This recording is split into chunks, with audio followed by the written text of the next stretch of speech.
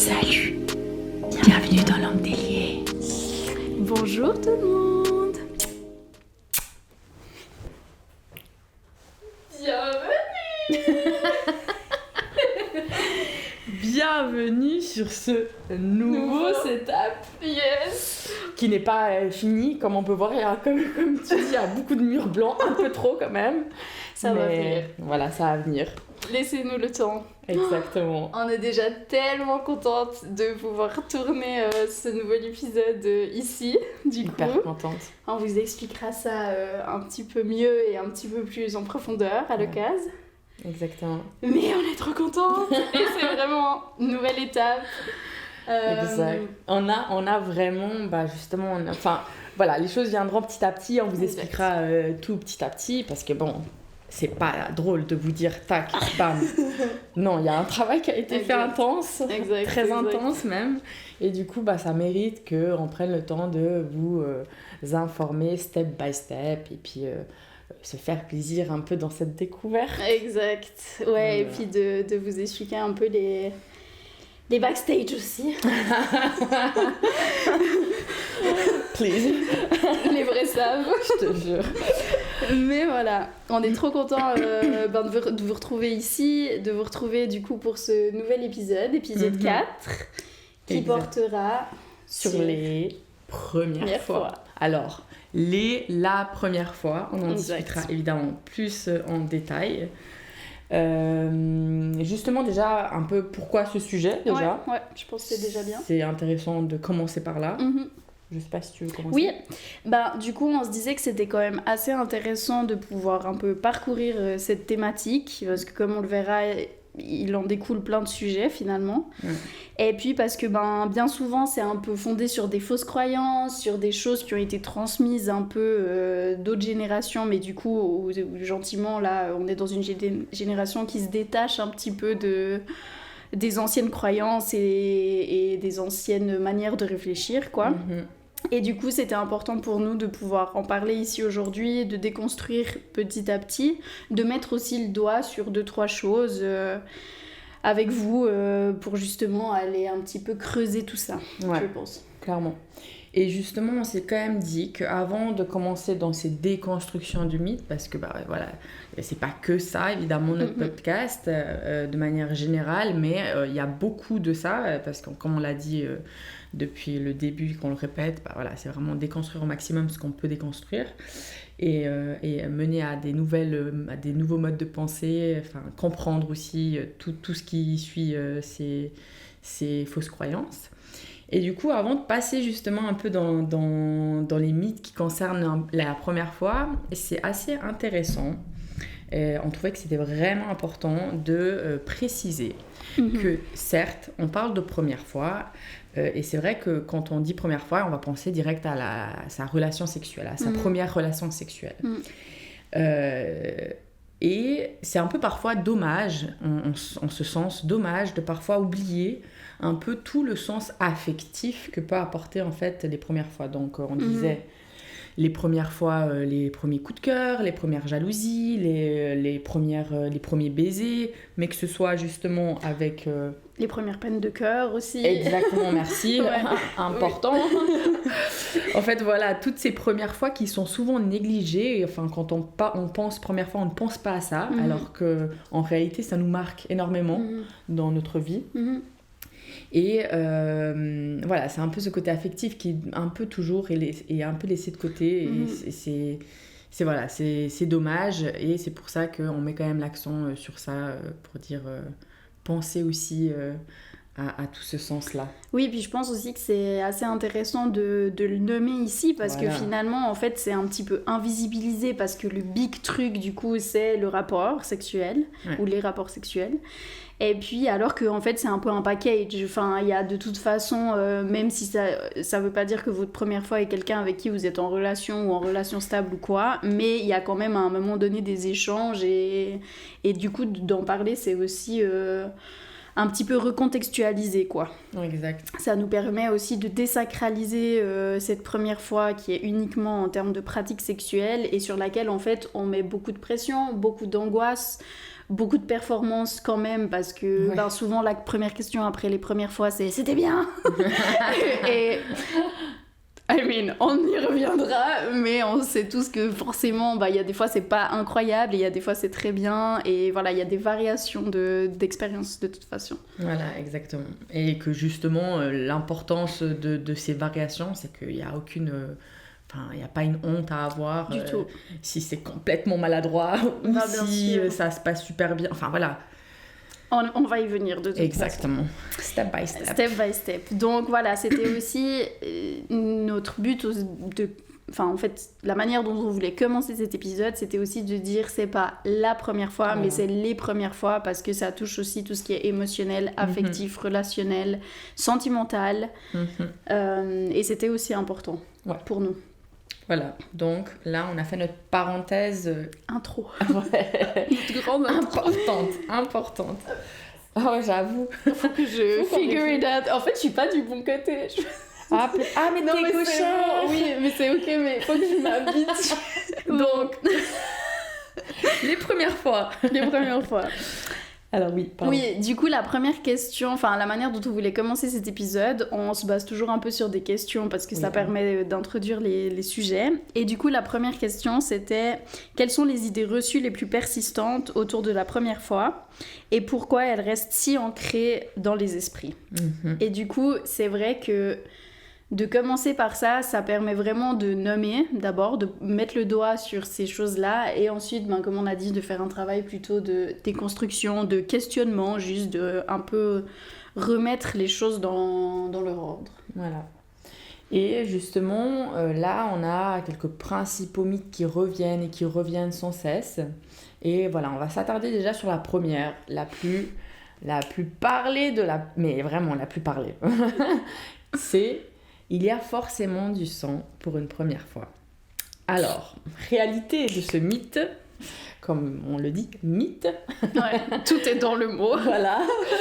La réalité en soi, c'est que non, pas forcément. Alors, spoiler alert. Vraiment spoiler alert. Non, pas forcément. Alors déjà... c'est vrai qu'à une époque, en tout cas, c'est quelque chose qui s'observait beaucoup plus parce qu'on entendait un petit peu plus. Il y avait du sang. En tout cas, par exemple, moi qui suis d'origine albanaise, il y a beaucoup de mythes avec la première fois. Puis justement, c'était toute une autre culture aussi, tout un autre mode de vie aussi. Où c'était énormément les femmes à la maison qui prenaient tout en responsabilité le ménage. Et donc, en fait, on restait toujours hyper prude parce que c'était comme ça qu'il fallait être, en fait. Alors, ça y a encore ces injonctions, elles restent encore un peu ancrées aujourd'hui, même partout, pas que en Kosovo ou en Albanie. Et en fait, il y avait... comment elle devait être, la femme, c'était vraiment... une femme hyper prude, hyper toute calme, qui fait les choses à la maison. Et en fait, venait justement le mariage et ensuite le premier rapport, parce qu'on va parler d'ailleurs de virginité, mais voilà, il fallait être en tout cas vierge. Le concept de virginité est intéressant. Bref. Et on se retrouvait en fait, il y avait beaucoup qui saignaient justement. Et si tu saignais pas, ça voulait dire que t'étais pas vierge. Et donc, scandale si ça arrivait. Ça a aussi été beaucoup transmis, déjà aussi de nouveau dans la cinématographie le mythe aussi dans certaines cultures et vis-à-vis aussi de la religion. Et puis à une autre époque, finalement, c'était ça, c'était la preuve que la fille était pure et que du coup, après la nuit de noces, on suspendait, il y avait ce truc, on suspendait le drap à la fenêtre, s'il n'y avait pas de sang, elle se faisait lyncher publiquement, quoi. Exactement. Parce que ça prouvait qu'elle avait déjà eu des relations hors mariage. Mais... C'est pas bien. Vraiment, c'est pas bien, madame. Alors moi, je suis pas bien. Another story. Mais voilà, mais du coup, il y avait aussi toute cette image du drap blanc taché de sang, et ça voulait dire que voilà, il y avait aussi des questions de valeur, mais ça on y reviendra avec le sujet de la virginité. Mais du coup, je pense aussi que ce mythe du sang provient de là, parce que c'est souvent repris dans les films, et puis on va pas se mentir que des fois de parler de la première fois des premières pratiques sexuelles avant de le faire, c'est un peu, voilà, se mêle de la pression, du stress, de la peur, et puis on fixe un peu sur des idées marquantes comme ça, tu vois. Ouais, complètement, ouais. Donc voilà. Mais justement, si on revient un peu sur le sang, c'est un peu souvent relié à l'hymen quand même. C'est souvent, je trouve, ce questionnement. La rupture de l'hymen, totalement. Exactement. Ouais. Déjà, on s'arrête sur l'hymen. L'hymen est une membrane qui va très facilement, désolée de vous décevoir pour certains et certaines, très très facilement se déchirer, dans le sens déchirer, parce que déjà, l'hymen, il y a une multitude de formes d'hymen. Il y a peu de gens qui savent ça, c'est drôle, hein. Ouais, il y a peu de gens qui savent, vraiment, il y a une multitude de variations d'hymen. Et puis justement, on se dit, si elle saigne pas, c'est qu'elle a déjà, son hymen a déjà été perforé. Mais l'hymen, on peut le perforer en dansant. Oui. L'hymen, on peut le perforer en mettant un tampon, en faisant de l'équitation. On entend souvent, d'ailleurs, en fait, l'équitation. Mais pas que. Ouais, pas du tout. Sport, de manière générale, c'est pas que équitation. Exact. Et donc... Et il peut juste sinon se distendre, parce que c'est souple, c'est une membrane souple, et il peut juste se distendre et pas du tout être perforé au moment des premiers rapports sexuels en plus. Voilà. Et c'est pour ça que je parlais avant par rapport à... Moi, j'ai toujours grandi où on nous disait que à l'époque, c'était des autres modes de vie, parce que déjà, il n'y avait pas de sport qui se faisait. Et puis, il n'y avait pas de tampons, évidemment. Et donc, c'est vrai qu'il y avait une autre... Mais ça, c'est logique, ça évolue. Il y avait des autres... voilà, on prenait soin... Enfin, c'est pas on prenait soin, pardon. On avait des modes de vie différents qui faisaient que peut-être, à l'époque, il y avait un peu plus de sang, peut-être, qui pouvait apparaître après la première relation sexuelle. Et je pense que, parce qu'il y avait un peu plus de sang, je pense que ça a été... Enfin, je sais pas ce que tu en penses, hein, mais je pense que ça, avec tout l'aspect culturel, médiatique, enfin, tout ce qu'on rajoute, ça a dû se renforcer et en fait devenir comme si c'était une réalité, alors que non, en fait. C'est vraiment un mythe, quoi. Moi, je trouve. Ça se construit vraiment... Oui, après, il y a quand même des personnes qui saignent vis-à-vis de la perforation de l'hymen la première fois. Exactement. Mais c'est pas... En fait, c'est ça qu'on essaye de dire. C'est que ça peut arriver, et si ça vous est arrivé, c'est tout à fait possible, et c'est ça qui s'est passé, probablement. Mais c'est pas une donnée à 100%, et c'est pas chez tout le monde, justement. Et puis, surtout, c'est pas forcément en lien avec la première fois. Voilà. Enfin, la première fois. Exactement. Donc, les premières pratiques sexuelles pénétratives, du coup. Exact, c'est pas en lien avec la virginité. Vraiment, voilà. Pas du tout. Et puis, il y a aussi, tu disais aussi d'un autre temps, et est-ce qu'il n'y avait pas aussi, franchement, est-ce que c'était pas simplement des fois de la menstruation, et puis voilà. Exactement, on avait tellement peu de connaissances sur ça au final, que voilà, c'est des paroles et des paroles quand on traversait des années, des générations, donc qu'est-ce qu'on en sait au final, enfin, je veux dire, voilà. Exact. Donc voilà, juste petite spécificité sur l'hymen et aussi sur le fait que voilà, il y a plein de gens qui ont eu des premières pratiques pénétratives et qui n'ont pas saigné et qui se sont dit « Ouais, mais du coup, ça n'a pas marché » ou j'en sais rien. Ça peut aussi être totalement le cas et vous n'êtes pas bizarre et tout va bien. Respirez. Mais moi, je trouve qu'en tout cas, c'est drôle. Hein. Moi, j'ai grandi avec ça. Ouais, mais moi aussi. Ah, bah voilà. Moi aussi, parce que je me souviens que j'avais un peu regardé quand même, puis j'étais là... Ouais, moi aussi. J'étais là, genre... Did I do it wrong? Imagine. Bon, voilà, mais c'est... Tu vois, d'autant plus la nécessité d'en parler, parce que je veux dire, là, aujourd'hui, on est sexologue et on a plein de connaissances, et voilà, mais... On a été dans ces positions-là. Exactement. Et dans ces positions de est-ce que tu vas réellement demander ensuite à ta maman ou à ta sœur ou à tes amis ou à ton papa et moi j'ai pas saigné, qu'est-ce qui s'est passé Et ben non, tu gardes ça, tu l'enfouis et puis il faut aussi normaliser le fait que c'est aussi ok de se poser ces questions-là finalement, parce que ça fait complètement partie des premières expériences comme on en disait avant, et c'est la première fois qu'on est confronté à ça aussi. Ouais. Et voilà. Et je trouve que c'est pour ça que c'est aussi... Enfin, moi, je dis toujours, je trouve que c'est important. Notre podcast, il peut vraiment être écouté par vraiment plusieurs générations.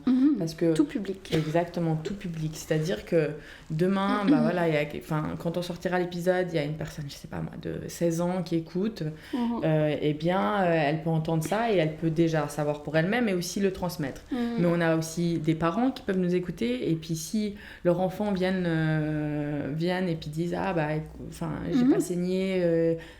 des questionnements par rapport à ça, bah, au moins pouvoir... dire ah bah écoute il y a cette ressource. Exactement. Et pareil grands-parents, et voilà, je veux dire toutes les générations. Et je trouve que voilà, c'est encore là l'important, c'est qu'on pense première fois, on se dit direct c'est pour les plus jeunes.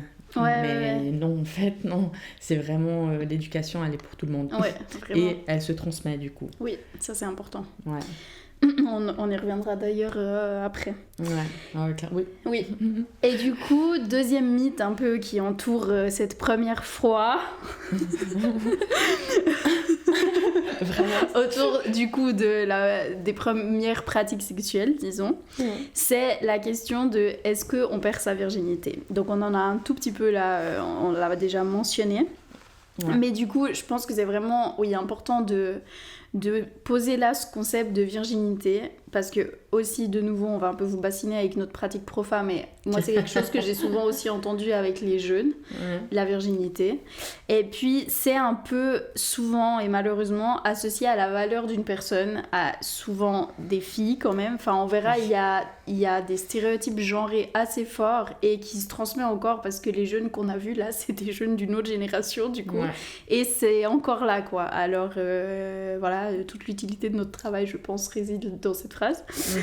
Mais c'est de dire aussi que, enfin on y reviendra sur vraiment ces stéréotypes hyper contradictoires entre plutôt les personnes à pénis et les personnes à vulve, parce qu'il y a vraiment une question de valeur de l'expérience et des premières expériences qui est pas du tout les mêmes, et qui vient quand même vachement stigmatiser les premières fois pour sexuelles, affectives, relationnelles des jeunes quoi. Ça me fait penser à l'épisode précédent qu'on parle de sexe oral, où justement on mettait l'accent sur ça, où il y avait vraiment cette catégorisation intense de impur et pur, et là de nouveau il y a ce contrôle. La virginité c'est un concept, vraiment c'est un drôle de concept social, politique, tout d'ailleurs, et justement qui a maintenu sous contrôle énormément de jeunes filles, femmes, enfin voilà. Donc moi je préfère utiliser, dans la mesure du possible, c'est beaucoup mieux, utiliser vraiment le terme de première expérience sexuelle quoi, que perte de virginité. Voilà. Parce qu'il n'y a pas de perte en fait, c'est ça on se comprend. C'est des premières expériences, et je trouve qu'on parle beaucoup moins quand même de perte de virginité. Bon, nous on évolue aussi dans ce milieu. Non, mais même je dis pour les personnes à pénis, je trouve quand même qu'on parle beaucoup moins, tu vois. Oui, c'est vrai. Ah oui, dans ce sens-là. Mais nous, nous on évolue, donc évidemment dans notre milieu qui est, donc automatiquement ça fait que on se comprend. Mais oui, parce que du coup, comme je disais, il y a une question vraiment de valeur, de pureté qui entoure ce terme, et c'est pas du coup un terme qui est neutre. Et forcément, ça arrive avec des jugements de valeur, des stéréotypes, comme on l'a dit. Et puis surtout, c'est vrai que c'est hyper hétérocentré, phallocentré et pénétrativo-centré. Trop centré, je sais pas.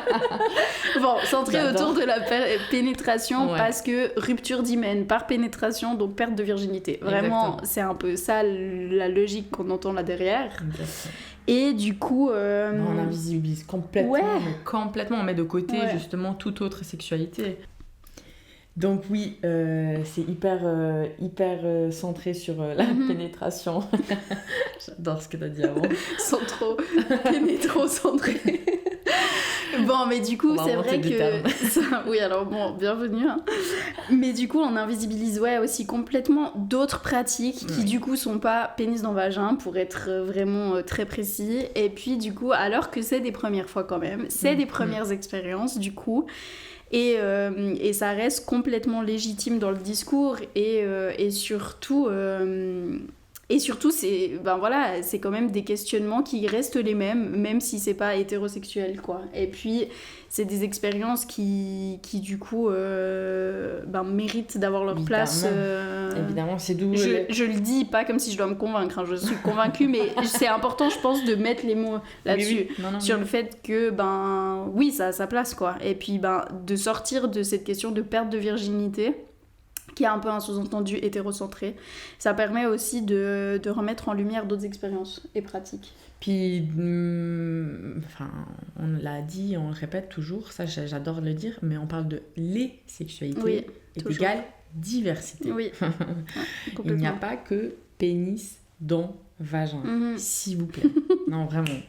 Petit rappel de l'épisode 3. Ouais, exactement. Vraiment. Oui, donc voilà, important Exactement. de déjà déconstruire il y a du sang la première fois et la virginité, perte de virginité la première fois, vraiment important de déjà commencer par déconstruire ces termes. Et c'est drôle qu'on commence justement ciblé sur les personnes à vulve parce que justement, c'est souvent... ces personnes qui... le focus est quand même mis sur les personnes à vulve, justement avec tout ce que ça traîne en termes de jugement, quoi. Comme on le disait, la virginité c'est un concept aussi social, quoi. Et du coup, pendant tellement longtemps ça a été associé avec la valeur et la pureté des femmes que... C'est quand même important qu'on en parle ici et puis de dire que bien sûr il y a une expérience aussi de premières expériences pour les personnes à pénis, mais on en parlera après, on verra que les stéréotypes sont un petit peu différents quand même. Mais la pureté, la virginité et tout ça, c'est quand même malheureusement encore ancré avec les personnes à vulve, quoi. Complètement. Et maintenant, si on passe un peu plus au troisième mythe. Ouais, je pense que c'est mal. Justement, le troisième mythe, il est du coup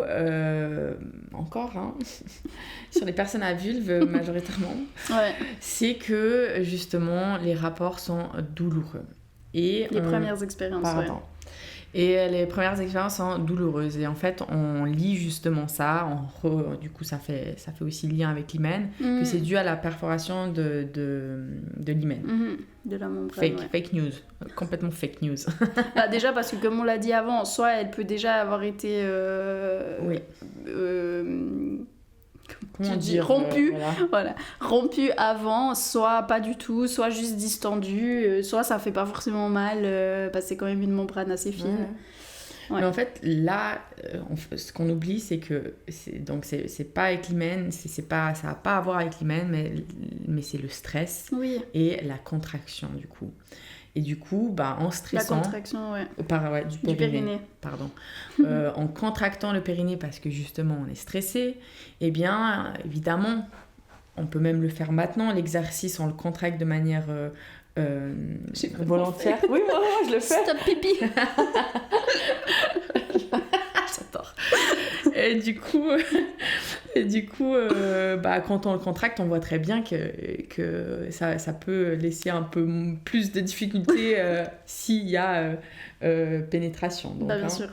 Et donc, du coup, d'où le fait qu'on peut avoir un peu des petites lésions qui peuvent se passer. Et en fait, ces petites lésions, on peut les avoir même après une multitude de relations. Bien sûr. C'est juste qu'évidemment, on ne le fait pas forcément... Enfin, voilà, on sépare vraiment les premières expériences avec le reste, alors que on peut être tout autant stressé une autre fois. Bien sûr. Et puis, quand même, la lubrification... Qui est importante. Notamment lors de pratiques pénétratives, parce que, c'est quand même, le vagin, ça reste une gaine, du coup, il y a quand même plein de glandes qui sont là pour faire de la lubrification naturelle. Ouais. Malgré tout, ça peut ne pas être suffisant, ne pas bien fonctionner, ou le stress peut jouer aussi un rôle sur le fait qu'on n'est pas dans le moment complètement, et puis que du coup, nos glandes n'ont pas l'info pour sécréter soit la cyprine qu'on appelle la mouille, soit ça c'est les glandes de Skene. Et puis à l'entrée du vagin, il y a aussi les glandes de Bartholin qui sécrète aussi un liquide, c'est pas la cyprine, mais c'est un autre liquide qui lubrifie un petit peu naturellement. Et puis du coup, voilà, par manque de lubrification, de nouveau, ça peut créer aussi des lésions. Et puis c'est pas super... Enfin, voilà, on a tous l'idée en tête, quand ça glisse pas, quoi, simplement. Et puis en fait, c'est douloureux, et puis du coup, plus c'est douloureux, plus on contracte parce qu'on a des douleurs, et puis voilà. Exact. Donc c'est un petit peu aussi les aléas de la sexualité. Et puis, c'est de savoir dire, là, je me sens pas prêt, je sens qu'il manque des lubrifiants. Comme par exemple pour les premières expériences anales, sachez que dans l'anus, on retrouve pas du tout de glande qui lubrifie, donc il faut utiliser un autre lubrifiant, du coup, qu'on achète. Beaucoup plus huileux. Ouais. Pour permettre justement que ça glisse mieux et que ça se passe mieux, d'ailleurs. Donc voilà, pour dire le stress, après c'est vrai que voilà, c'est les premières fois, donc du coup on a de la peine sûrement peut-être à lâcher prise, on pense à plein de choses. Si en plus on est inscrit c'est-à-dire situé dans un milieu familial, culturel qui justement accorde une très grande importance à ces questions-là, aka virginité, évidemment que ça vient ramener. Donc tout ça pour dire que c'est rare. C'est pas que c'est impossible, c'est rare, mais c'est ok. C'est aussi ça la beauté des premières fois. C'est rare qu'on arrive une première fois et qu'on soit là, ok. C'était le feu. Voilà, c'est ok. Voilà, et on va être stressé, on va justement avoir un petit peu de douleur potentiellement, peut-être pas, mais tout ça sont des choses qui sont ok, vraiment. Mais ça va pas de soi, il n'y a pas forcément des douleurs, ça va pas de soi. Et surtout que c'est pas en lien, on le répète, avec l'hymen. Pas du tout. Donc voilà, c'était juste aussi histoire de faire juste un petit peu de l'information vis-à-vis de ça. Donc sachez quand même que la lubrification, ça reste la clé du plaisir. Surtout pour des pratiques pénétratives, comme je l'ai dit, donc peu importe vaginal ou anal. Et puis, comme ça, vous pouvez savoir comment ça se passe la lubrification naturelle, d'autres lubrifiants aussi qui sont intéressants d'utiliser. Et puis simplement de pouvoir communiquer autour de ça et de dire, là, même si c'est gênant, parce qu'on a tous eu nos premières expériences, et ça peut aussi être difficile de dire, stop, on arrête tout, je me le sens pas là. Et puis, au moins de pouvoir dire, là, c'est quand même un peu douloureux, et est-ce qu'on peut faire autrement dans un autre rythme, j'ai besoin d'être plus préparée. Et du coup, je pense que c'est quand même important. Et je veux dire, ça, c'est des choses que vous êtes dans la capacité de dire à ce moment-là. Et c'est un petit peu... Enfin, les autres aléas, vous avez assez peu de contrôle dessus parce que c'est quelque chose qui est partagé. Donc, vous gérez que votre propre contrôle et vos propres limites et votre propre corps. Mais en fait, c'est ça, mais c'est complètement d'accord avec toi, mais je trouve que c'est d'où l'importance justement d'en parler. C'est que c'est par l'éducation qu'on va pouvoir savoir. Et puis après, parce que justement, le fait de savoir ses besoins, ses limites, communiquer ses besoins, ses limites, eh bien, c'est intergénérationnel. C'est-à-dire que ça, c'est pas forcément quand t'as un peu plus quand t'as eu plus de relations sexuelles que non, c'est même lors de tes premières fois, mais c'est juste que on t'éduque pas sur ça et donc automatiquement tu ne sais pas, tu vas pas oser. Alors oui, il y a plein de choses. J'ai trop envie de faire un parallèle, mais ça spoil notre point suivant, donc je vais attendre. Ça aurait été trop le moment. T'es sûre que tu veux pas le dire? Oui, je suis sûre. Mais voilà. Et donc, du coup, un peu tout ça par rapport à la douleur, quant aux premières expériences. Et ce qui nous amène après à ce que tu disais, c'est le mythe 4, c'est que la première fois doit être parfaite. Donc déjà, la première fois, toujours, ciao. Mais bon, vos premières expériences doivent être parfaites. Et du coup, le poids que ça met, je sais pas si vous vous rendez compte du poids que ça met, de la pression. On a 15, 16 ans, peu importe quel âge, c'est la première fois, 20, on s'en fout. Oui, mais même pour un baiser, finalement, en fait. C'est ça, même le baiser. Ah, mais moi, je me rappelle. Moi aussi, attends, j'ai eu un flash. J'ai une anecdote. Moi aussi. Ok, d'accord. Déjà... Ah non, mais j'ai plein de trucs en fait à dire. J'adore. Spill the tea. Parce qu'en fait, rien que le baiser, tout le truc qu'il y avait autour du baiser, galoche, pas galoche. Ouais, tourner la langue, si tu, avec un truc de cerise... Si tu arrivais à faire un nœud avec la queue de cerise et que tu savais bien embrasser. Non, mais je me rappelle à quel point c'était hyper intense. C'est que de cerise. La pression du baiser, quoi. Non, mais vraiment. Moi, je me rappelle, j'ai été me laver la langue au savon. Au savon. Comme ça, je te jure. Non, mais j'étais traumatisée. Et tu sais que je m'étais dit en rentrant, je me suis dit, si je dois faire ça toute ma vie, je sais pas comment Mais voilà, éducation. Pour un baiser. Non, mais éducation. Vraiment, j'étais outrée. Tu sais, je me suis vraiment dit, mais attends, tout le monde me vend ça en mode, waouh, tu verras, c'est méga sensuel et tout. Je suis rentrée, petite envie de vomi, vraiment, ça m'avait dégoûtée. Tu m'étonnes. Et en fait, juste le mélange de salive. Arrête. Le mélange de salive qu'il fallait faire. Non, mais bref. Oui, puis... Je sais pas, vraiment, c'était space quoi comme première... tu sais, tu te dis, mais vraiment, est-ce que les gens kiffent faire ça? Je savais pas ça. Oh, c'était drôle.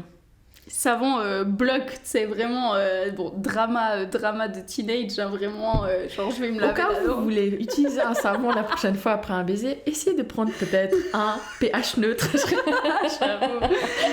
Bon, du coup, pour revenir à nos premières expériences parfaites. Bon, alors du coup, on disait la pression que ça met. Ouais. Donc imagine. Hyper beaucoup de pression. Et du coup, ouais, aussi... Bon, déjà, lâchez-vous la grappe. Enfin, parce que aussi, tout... En fait, c'est ça qui est compliqué. C'est que toute l'anticipation d'une première fois parfaite se fait mentalement. Et en fait, après, tout ce qui se passe se fait physiquement. Ouais. Et du coup, déjà là... T'as un switch, t'as une coupure. T'as une coupure complète. Et puis en fait, presque tu te vois en train de faire. Et puis tu te dis, ouais, ça, je voulais pas que ça se passe comme ça. Ça, moyen. Est-ce que vraiment ma jambe doit être là? Est-ce que je suis chou quand je suis comme ça? Ouais, tu vois? Non, et en fait, vous passez complètement à côté, premièrement. Oui. Je pense parce que du coup, vous êtes assez peu dans l'instant. Et c'est pas grave. Je veux pas dire que vous faites mal. Je dis juste que si c'est possible de vous lâcher un petit peu la grappe et puis de vivre comment ça va être, et puis d'être plus dans, là j'aurais besoin de plus de ça et de plus de ça, plutôt que de dire, ok, la lumière, après c'est normal, c'est des questions qu'on se pose. Oui. Mais voilà, c'est dur quoi, c'est dur parce qu'il y a aussi la question de la performance, et puis c'est aussi, comme c'est vos premières expériences, vous savez pas réellement encore peut-être ce que vous aimez, comment ça se fait, les attentes et tout ça quoi. Mais justement, et puis en fait... vraiment répétons et répétons toujours que cette maladresse qu'il peut y avoir, elle est ok. Et en vrai, même après, encore une fois, plusieurs relations, même avec ton partenaire de plusieurs mois, un an, la tronche, ça arrive. Exactement. C'est juste que du coup, il y a ce côté où on est plus relâché par rapport à tout ça. Exact. Moins, voilà, on s'en fout. Ouais, moins tendu peut-être. Voilà. Et donc, oui, effectivement, c'est logique que automatiquement, on va s'en foutre de ces maladresses. Mais aussi, justement, mettons le focus sur toutes ces jeunes personnes qui ont des premières relations sexuelles, en leur répétant, puis au bout d'un moment, c'est comme ça que ça s'intègre, et que ça devient aussi... une norme quoi, bien sûr. Un peu, non, puis en fait de juste le dire quoi, parce que moi je me rappelle que non, on m'a jamais dit tout ça, moi non plus, on m'a jamais dit, et on m'a pas dit c'est ok si ça se passe pas exactement comme tu l'avais prévu, puis est-ce que de toute façon t'arrives vraiment à visualiser quelque chose. Mais rien que ça, c'est ok si c'est pas comment t'avais vu ça dans ta tête. Et c'est aussi un petit peu déjà se mettre dans le cerveau qu'il y a forcément un moment où tu vas devoir lâcher quoi. Ouais. Parce que tu peux pas exiger de contrôler complètement le moment, quoi. Mais c'est vrai que c'est un peu compliqué parce que justement, nous, on est là, Mathilde et Nicieta, pardon. Où justement, on vient déconstruire des mythes, mais c'est vrai que... On y est passé, hein. Ouais, par là. Exactement. Et puis aussi, il y a tellement de constructions tellement fortes, médiatiques, et culturelles aussi.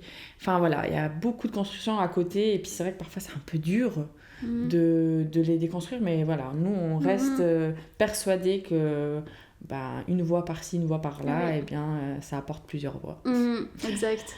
Et puis ça équilibre un tout petit peu, quoi. Voilà, exactement. Mais du coup, oui, par rapport à cette première fois parfaite, c'est aussi de se dire que les points clés et les points les plus importants, au-delà de complètement contrôler le moment et tout ça, ça reste quand même la communication, le consentement. Oui.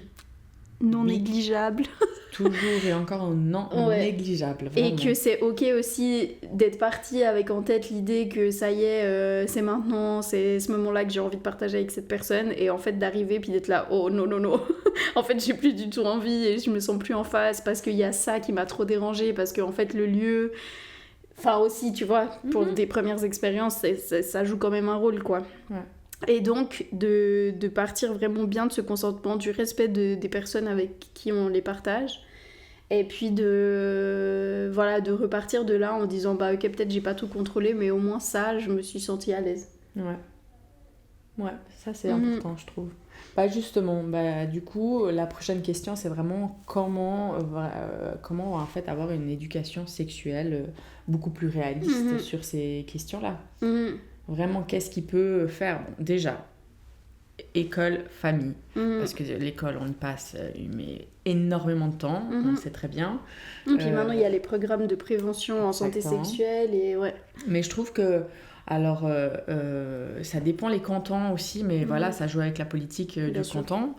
Mais voilà, parfois, certains cantons manquent un peu de discussion parce que éducateur sexuel, c'est super. Mais je trouve que c'est pas suffisant, c'est clairement pas suffisant.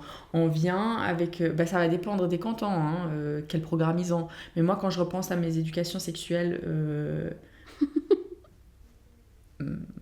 ok. Bon, ça a aussi vachement évolué. Moi, je vois. Là, on parle d'il y a 20 ans, je sais pas combien, mais ça a énormément évolué.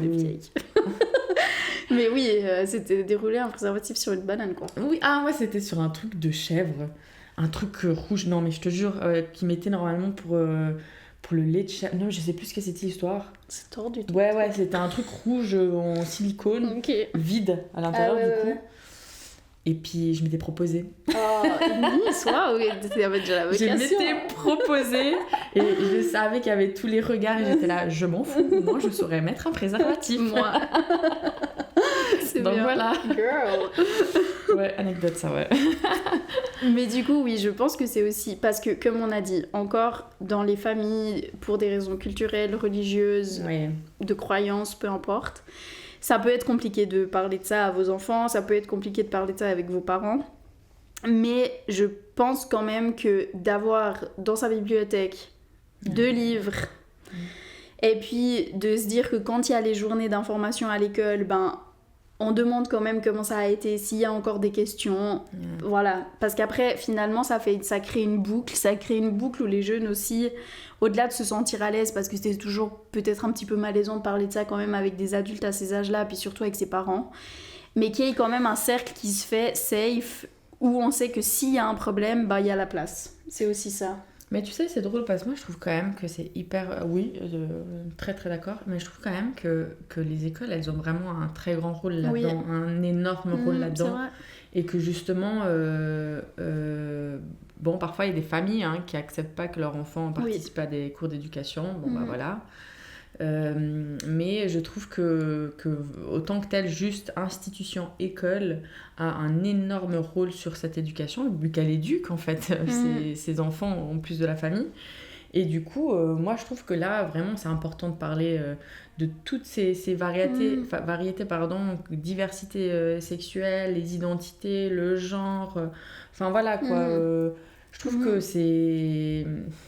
Alors ça fait écho justement aux premières fois parce que justement un peu, alors pas forcément parler, je dis pas moi de rapports sexuels, mais juste dire qu'il y a des diversités, ça dépend des âges après, mais dire qu'il y a des diversités, oui, que ce soit inclusif en fait. Exactement. Et que ce soit la vitrine des réalités qui existent, c'est pas de la promotion et c'est pas de la publicité à à être d'une telle orientation sexuelle ou une autre, c'est vraiment juste de dire, bien sûr que ça existe et bien sûr que ça fait partie de la société, et du coup c'est aussi complètement ok de normaliser ça, parce qu'on le rappelle encore une fois, l'homophobie, la transphobie, le sexisme et le racisme sont quand même punis par la loi. Ouais.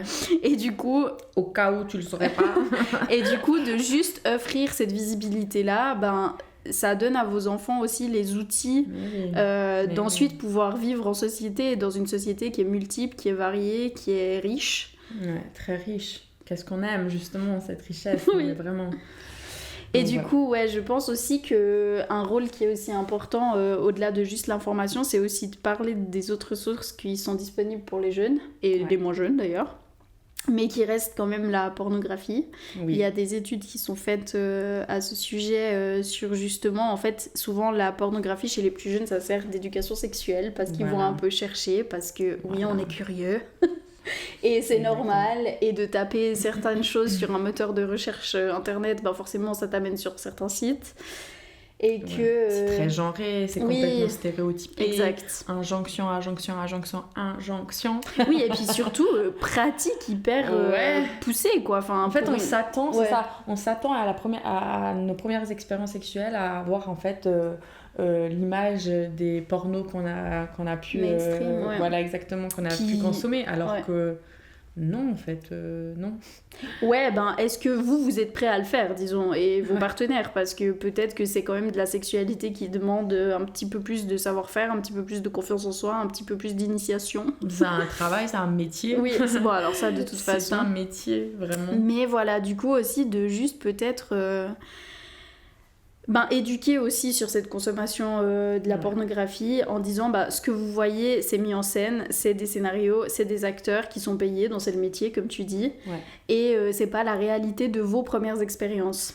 Et puis juste de rappeler ça, de rappeler qu'il y a un décalage, et puis que du coup c'est pas ok, si c'est pas ok avec toi, c'est ok de refuser certaines pratiques, et c'est pas ok de forcer ses partenaires à faire certaines pratiques quand ils se sentent pas à l'aise. Ouais, c'est plus que pas ok. Oui, c'est plus que pas ok, mais d'entendre que non peut arriver, quoi, parce que c'est pas le moment. Exactement. Et peut-être ça ne sera jamais, et peut-être ça l'est. Ouais. Donc mais voilà. Donc voilà, vraiment, comment on peut jouer un rôle, éduquer de manière large. Tant sur... Pardon. Non, vas-y. Non, vas-y. Tant sur les diversités que sur la pornographie, tant sur les stéréotypes, tant sur les mythes, qu'on vient juste de vous les dire, rien que de dire la réalité ce qui est la réalité de ces mythes en réalité. Oui. Eh bien, rien que ça, ça apporte un support, quoi. Rien que ça. Donc c'est sympa. Et c'est important. Ce qui nous amène à une autre question, c'est quels sentiments peuvent émerger après une première expérience sexuelle et comment en parler ? Ouais. Très intéressant. Alors, il y a évidemment qu'il y a une multitude d'émotions. Et il n'y a pas de normes. D'ailleurs, je tiens quand même à le préciser. Je sais que tu vas le dire aussi. Ouais, clairement. En fait, peu importe tout ce qu'on va dire, c'est pas la normalité. Que ce soit la joie, en fait, il ne faut pas que ce soit comme... c'est le but ultime, quoi. Voilà. Faut faire faux. Évidemment, si on partage hyper contente, hyper content, enfin voilà, des sentiments plutôt positifs justement, eh bien c'est super bien de légitimer cette émotion, bien sûr. Sans pour autant dire que c'est comme ça que ça doit être. Exactement. En fait.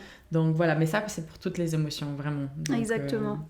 Donc de s'arrêter sur ça. Tant mieux, franchement c'est un peu ça, c'est tant mieux pour vous si ça s'est bien passé et puis que vous vous êtes senti bien et joyeux et valorisé après ces expériences-là. Franchement c'est l'idéal, disons, mais pas en termes de jugement de valeur, mais tant mieux pour vous que ça se soit passé comme ça, j'ai un peu envie de dire. Oui, l'idéal, je vois tout à fait, Après c'est pas la norme, et puis c'est ok, parce que c'est pas forcément donné, quoi. Et puis, sinon, on peut aussi juste être un peu confus et pas être certain et avoir encore des questionnements un petit peu en suspens. Et c'est complètement ok parce que ça reste des premières expériences et puis du coup, on savait pas forcément. En plus, c'est pas que nous, forcément, ça implique pas que nous, et du coup, on peut pas trop gérer tout ce qui se passe, le timing, l'environnement, exactement comment ça devrait se passer, disons. Et du coup, ça soulève un petit peu d'autres questions. En fait, qu'est-ce qu'il vous aurait fallu, peut-être? Exactement, et c'est la question du désir. Ouais, exactement. Épisode tout. Et puis, qu'est-ce qu'il vous aurait fallu pour vous sentir plus à l'aise ou mieux? Et puis, c'est important d'avoir un temps peut-être de réflexion et puis de juste peut-être pas enfouir ça. Parce qu'en enfouissant, peut-être que on le gère pas. Et puis ça peut pousser, dans des cas extrêmes évidemment, mais à avoir d'autres pratiques à risque après. Enfin voilà, juste être un petit peu vigilant avec ça. C'est ok, mais juste demandez-vous, posez-vous avec vous-même, tu vois, en disant ok, qu'est-ce qu'il m'aurait fallu, qu'est-ce que j'aurais changé si j'avais pu ou... Ouais, je trouve que c'est important, tu sais que je trouve qu'on nous apprend pas, ça va avec l'éducation, mais on nous apprend vraiment pas à avoir une conscience sexuelle. Ouais, grave. Sujet, hein. Conscience déjà tout court, je trouve, de manière, mais conscience sexuelle vraiment, tu vois, où on prend, parce que c'est hyper important, on rentre dans l'intime. Et donc du coup, de savoir réfléchir, à qu'est-ce que je pourrais, on nous apprend vraiment pas du tout ça. Alors, qu'est-ce que c'est beau et important. Ouais, et puis en fait, c'est la base de tout, quoi. Ouais, quand même. Mais sinon, on peut aussi avoir d'autres émotions. Là, je pense par exemple au regret. Alors, moi, je trouve que pour cette émotion, il y a vraiment... Déjà, c'est important vraiment de dédramatiser un peu ce sentiment-là, vraiment, de le dédramatiser et puis aussi de ne pas oublier de faire comprendre que la première expérience sexuelle ne va pas du tout définir ton avenir sexuel. Ouais, ça c'est bien. Non, et donc du coup, si tu regrettes quelque chose, ça peut arriver vraiment... Et voilà, prendre le temps de vraiment dire c'est ok, t'en fais pas, ça va pas être ton avenir et ne va pas être tracé parce que voilà, it's all good. Et puis aussi de nouveau on parlait et savoir ça va soulever les questions de qu'est-ce qui a fait que qu'est-ce que tu n'as pas aimé, qu'est-ce que tu vois, tout ça exactement, je trouve. Ouais, et puis je pense que ça peut aussi être un petit peu mis avec la déception. Ouais. Souvent, rester quand même vigilant et vigilante parce que la déception, ça vient avec des attentes. Ouais. Et puis souvent, dans attentes, notamment avec ce qui est en lien avec la sexualité, c'est quand même la performance. Donc vraiment, ça, ce sera un épisode en soi, je pense. Oui. Mais, oui. Mais voilà, c'est comme je disais avant, foutez-vous pas trop la pression. Les gars, c'est normal que ce soit pas hyper performatif et que ce soit juste une découverte. En fait, c'est un petit peu, pour moi, j'exagère, mais pour moi, les premières expériences, mais que ce soit amoureuse, de contact, comme on disait avant, les premiers baisers, les premières pratiques sexuelles, c'est un peu... On va voir, et après on fait le point, tu vois. Ouais. Et puis, parce que c'est normal de pas avoir déjà tout figured out, parce que c'est pas possible, parce que tant qu'on l'a pas fait, de toute façon, qu'est-ce qu'on en retire ? Rien, parce qu'on l'a pas fait. Ouais. Et du coup, c'est normal de passer par ces moments-là, et c'est pour ça qu'on tend aussi à normaliser un petit peu les différentes émotions, et que ce soit des émotions positives ou un petit peu moins positives, mais sans que ce soit non plus le drame ultime. En tout cas, c'est ok, parce que c'est normal aussi que vous passiez par là, parce que c'est en construisant des expériences qu'après on se dit ça plus jamais, ça différemment, ça c'est quelque chose qui me correspond peut-être un petit peu plus, quoi. Puis en plus on le fait de manière constante toute notre vie. Oui, et dans toutes les sphères. Mais c'est vrai que comme on a peu d'informations et on est peu informé plus jeune, ça prend une place qui va beaucoup plus je dirais pas nous toucher, mais qui va encore beaucoup plus nous rendre peut-être tristes si c'est des émotions un peu plus négatives, parce que on n'avait pas de support, quoi, on n'avait pas de... Bien sûr. Donc Ouais, puis je pense qu'il y a aussi la pression de groupe qui, surtout à ces âges-là où le groupe, ça prend une place très importante, dans tout le développement psychosocial des enfants, à un moment donné, il y a un détachement du noyau familial pour le groupe amical, parce que c'est aussi une manière d'être valorisé en société, d'être en appartenance ou alors justement en marge d'un groupe, et c'est un peu la manière dont on se positionne socialement, et du coup la pression de groupe à ces âges-là, oui, et puis surtout par rapport aux premières expériences, quoi. Et puis en fait de dire, en fait d'assumer que non, c'était pas oufissime, mais que ça ira, parce que ça ira, c'est la vie. bah c'est aussi difficile. Donc juste, voilà, peut-être aussi c'est un coping mécanisme de dire oui c'était trop bien et machin pour pas se prendre la honte et pas devoir en parler et tout, mais faites le travail nécessaire avec vous-même quoi en fait, c'est juste ça. Ouais, moi je me rappelle en tout cas quand j'étais bien plus petite, quand l'effet de groupe qu'il y avait, comment on parlait, parce qu'évidemment entre les filles on parlait énormément, mais il y avait aussi beaucoup, si vraiment je parle filles-garçons, oui. il y avait aussi beaucoup les garçons qui parlaient de ça, voilà. Et en fait si tu l'avais pas fait, c'est que, il y avait trop de choses en fait, il y avait énormément de choses qui venaient foutre une pression, t'étais là genre suis-je normale? Oui, c'est ça. Et puis à ces âges-là aussi, le besoin d'appartenance est tel que en fait tu préfères être dans la norme. Ouais. Donc des fois tu vas peut-être soit trop vite soit pas assez vite, mais tu te mets un peu sur la moyenne pour pas trop sortir des rangs quoi. Mais ça aussi je pense que ce serait intéressant qu'on en parle vraiment dans un épisode. Ouais, je trouve. Bon, revenons à nos émotions. C'est le vif des émotions des petits. Qu'as-tu ressenti? Très bien. Ça aussi, on nous apprend pas, c'est aussi à cibler les émotions. Mais c'est bon, il y a des nouvelles générations qui arrivent et ça va un peu mieux. Et du coup, les autres émotions, ça peut aussi être de la fierté, de la confiance en soi, parce que...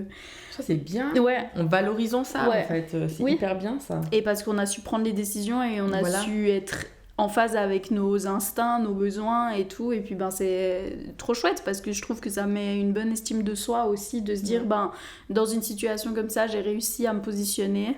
Ouais. Renforçant justement, donnant confiance, si on peut par exemple en parler avec ses parents, si on peut, ce qui n'est pas donné encore une fois à tout le monde, et bien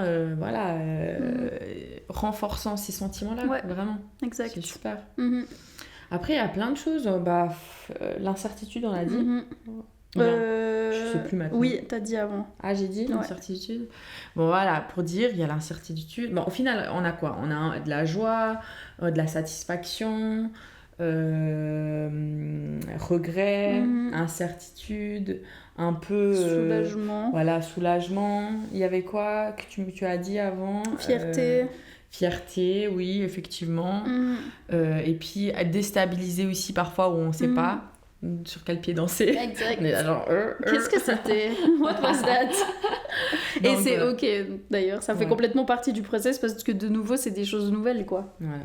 Donc vraiment sur la ligne des émotions, pour vraiment partir un peu gauche-droite, si c'est que ce soit moins positif ou très positif, tout est à soit dédramatiser, soit justement donner confiance et à affirmer. Et tout est vraiment à dire it's all legit, vraiment. Et c'est la beauté de l'humain qui traverse plusieurs émotions et plusieurs choses. Ouais, puis comme on l'a dit avant, là on parle spécifiquement de sexualité parce que c'est quand même la base de notre podcast, mais je veux dire, vous allez vivre ça dans tout plein de choses. Les nouvelles rentrées scolaires, après les nouveaux jobs, après une entrée en relation, même au-delà de sexuelle, c'est juste affective, apprendre à faire des compromis, à comprendre l'autre, à poser ses limites. De toute façon, toute votre vie va être jonchée par ces émotions-là qui sont ni complètement négatives, ni complètement positives et qui sont toujours un petit peu mêlées. Et puis de toute façon, on apprend à se connaître au fur et à mesure et on apprend comment nous on fonctionne.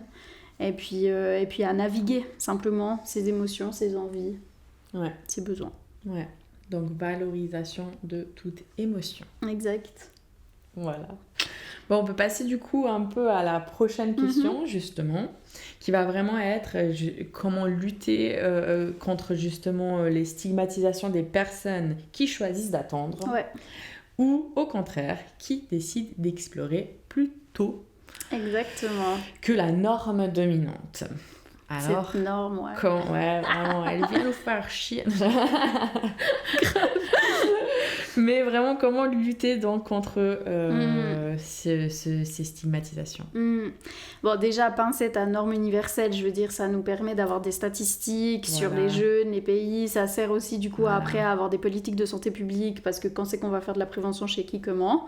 Mais ici, la norme universelle, on s'en fout, mais voilà, chacun son rythme. Disons que dans un monde idéal, chacun son rythme, personne ne juge. malgré tout, on n'est pas dans un univers idéal et on est dans notre univers à nous.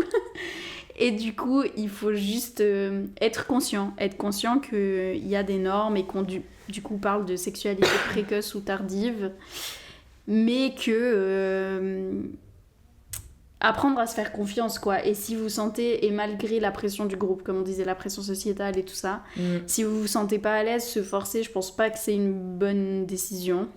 Après, c'est une décision que je peux comprendre parce qu'au bout d'un moment, t'en as aussi peut-être marre de devoir justifier tes choix et voilà. Mais faites attention à vous, quoi.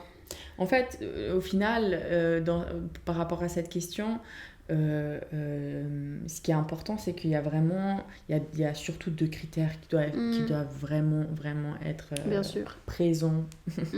C'est le critère du consentement, of course, always, et le critère de l'envie personnelle. Exact. Et au final, du moment où on a ces 2 critères, eh bien, let's go en fait. C'est complètement validé, on se comprend. Oui. C'est-à-dire, c'est vraiment ça qui va faire foi et qui va en fait décider pour vous si c'est le bon moment ou pas. C'est ces 2 termes-là. Et après, c'est selon vos jugements de valeur, vos compréhensions à vous, vos schémas. Et c'est ok, quoi. Enfin... Ouais. Mais après, voilà, encore une fois, je peux comprendre ce truc de ressentir la pression. Mais soyez en phase avec vous-même, surtout, quoi. Puis, c'est vrai que c'est quand même sympa.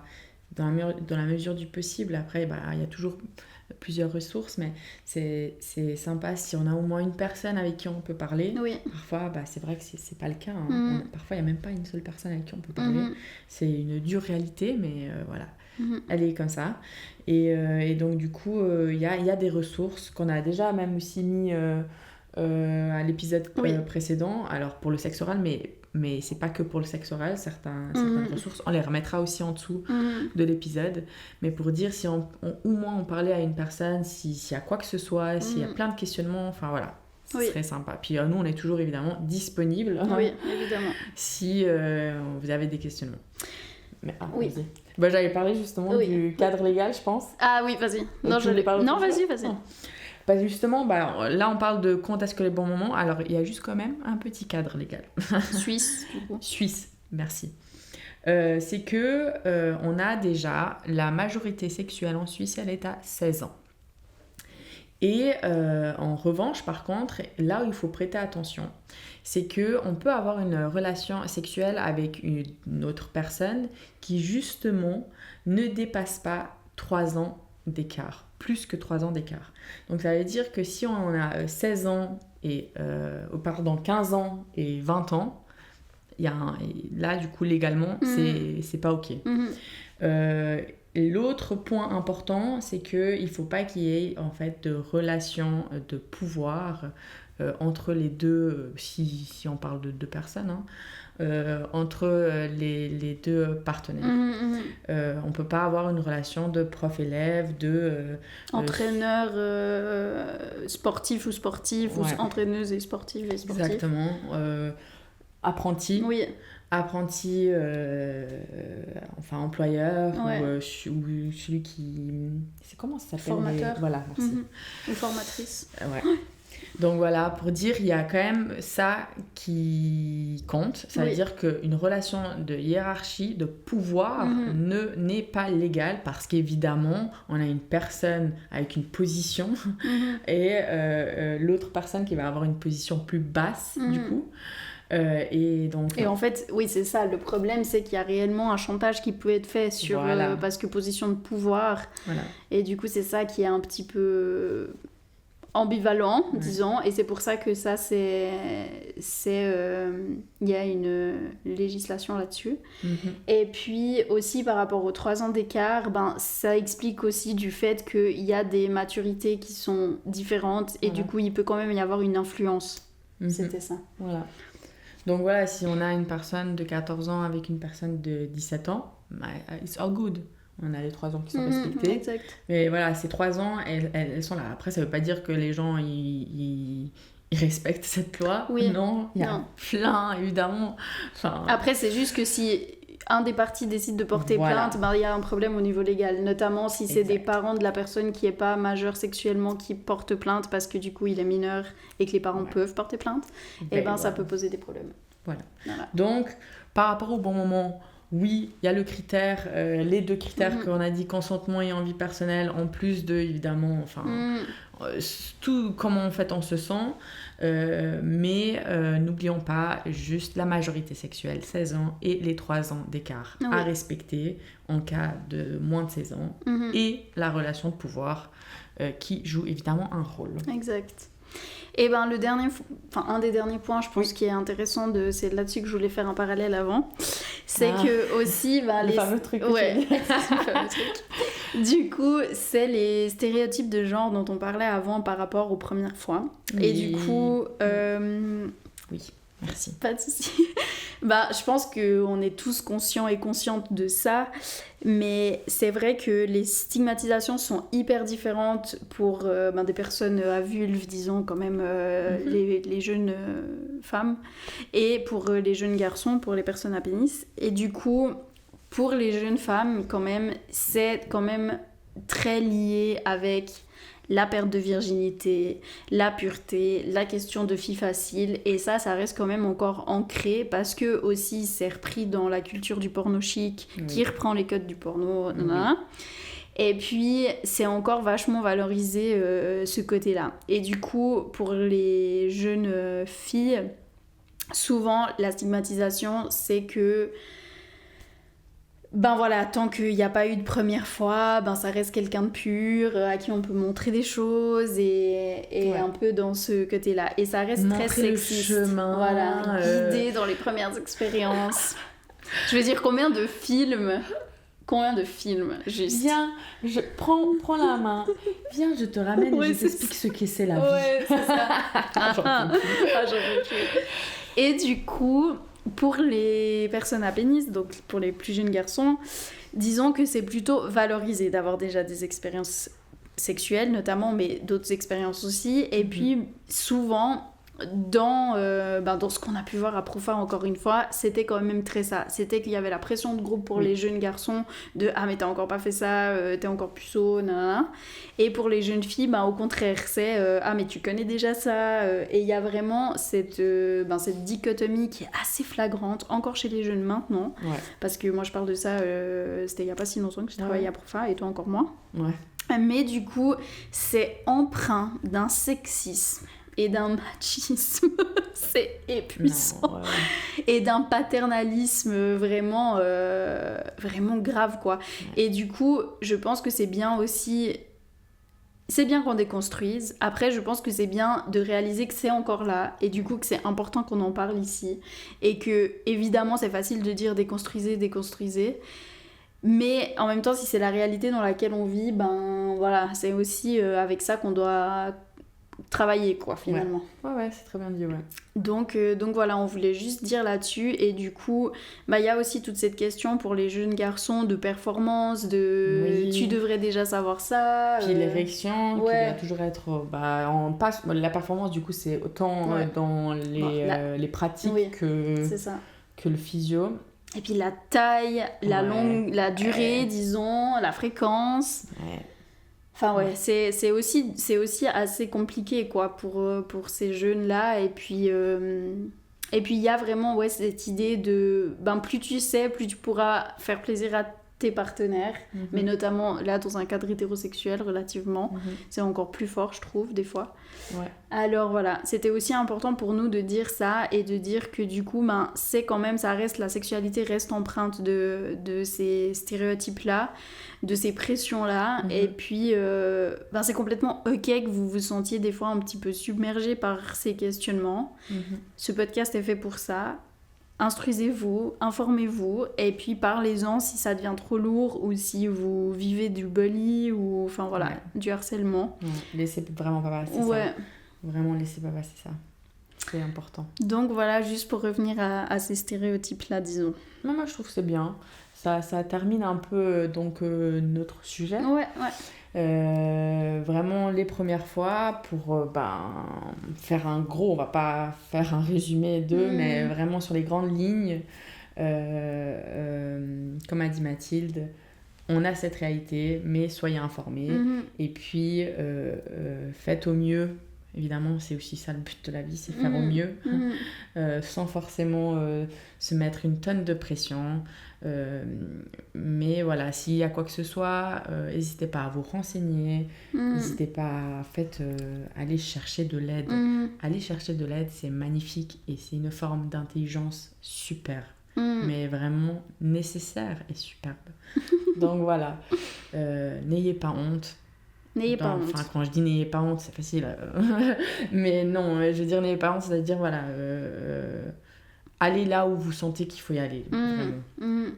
Et puis voilà, rappelez-vous aussi que les premières fois, là, on a essayé de couvrir un peu tout le spectre, mais que les premières expériences en soi, c'est aussi magique parce que peu importe ce qu'on ressent après ou pendant, ça reste une première expérience et puis voilà, ça vous façonne aussi un petit peu, puis ça vous permet de comprendre comment vous fonctionnez, de vous positionner en tant qu'être humain.